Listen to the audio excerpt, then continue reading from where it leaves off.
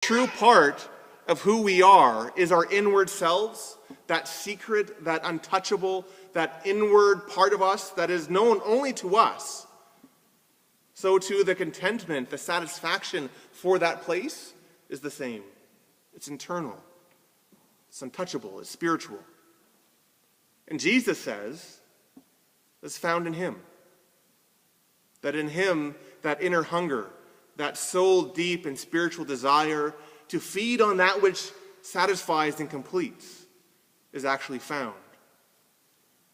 Verse 55, for my flesh is true food, and my blood is true drink. This echoes what he says in verse 35. Anyone who comes to me will never go hungry. All who believe in me will never thirst. The sacrifice on the cross is true nourishment for our souls, for it is that which touches that foundational part of who we are. And it's here, in that inner place, that Christ remains. Jesus says in verse 56, whoever eats my flesh and drinks my blood remains in me, and I in them. Right? That's why Christ's sacrifice is true nourishment. Right? You can buy whatever gizmo you want, and that's great for a moment, until the next gizmo comes, and then it doesn't satisfy anymore. You can eat until you are so your stomach hurts, and believe me, I've done that. That's actually a physical possibility. But satisfaction won't last. Right? All those things are transitory. They go away. Everything else decays and rots.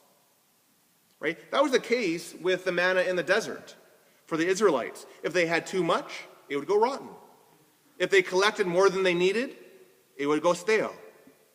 Right? It's Christ's sacrifice in him, in his offering of his flesh and blood for the life of the world, that Jesus is present eternally, that he's available every single day of our lives, that he's there, that he satisfies, that he nourishes at the deepest part of who we are. And that invitation is given to us all. There's a fabulous word in our gospel reading by which Jesus references people.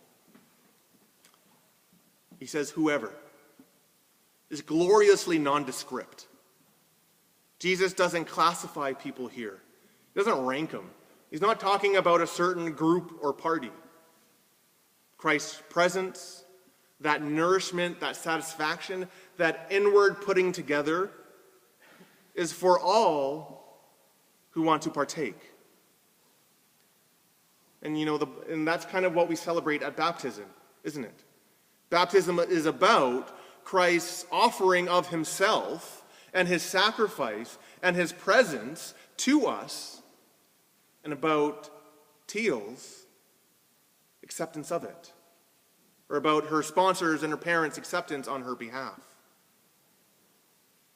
It's available to each and every one who want to take part in that.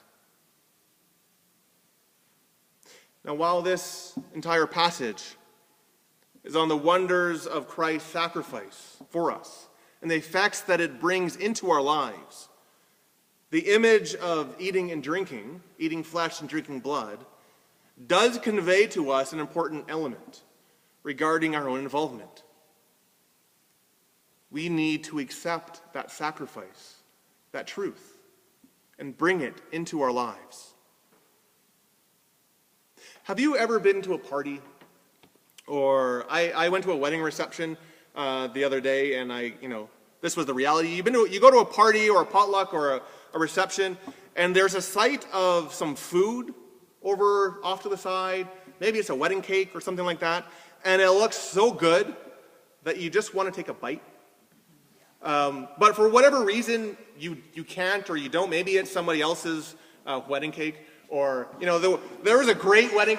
I just really wanted to take my finger and just grab some icing, but, or it's not time to eat yet, so you can't really start taking part. And it doesn't sit well with us, and, we kind of get uncomfortable because food and drink are meant to be taken in, right? They're meant to be taken. They are made to be consumed and enjoyed. So too with Christ. Christ's fabulous invitation to partake in that which is true food for us and true drink for our souls has no effect in our lives unless we take him into the deepest part of our lives, into those inward places. Again, Charles Spurgeon said, "I want to get it between my teeth. I want to get it worked into my system, or else it is of no avail." So how hungry are you? How thirsty? How needy are you for satisfaction or a healing deep within you? The solution to that is easy, because we all know how to eat. We all know how to take that which is offered for us and feed on it. It's one of the most basic of human capabilities. And it's not that much more difficult with our spiritual hungers. We recognize our need. We take a look at ourselves. Take a look at yourself, your true self, beyond the flash and the style, the work, the image, the dreams. Yourself as you exist in that secret place that you don't let anybody else into, that place which is reserved just for you. And if there you find in yourself a hunger, a desire to be nourished or forgiven or healed or loved, then open yourself up to receive the gift of Christ's sacrifice and his presence. Or think about your life as it exists over the whole. And if there is one part of your system that you have not allowed God or Jesus to be a part of, consider opening up that place to his presence. Because when Jesus gave his flesh for the life of the world, he had you in mind. And when he said that my flesh is true food and my blood is true drink, he had you in mind still. For all of us here, may our souls eat and be satisfied. And may our spirits drink and sing glad songs of praise to him. Amen.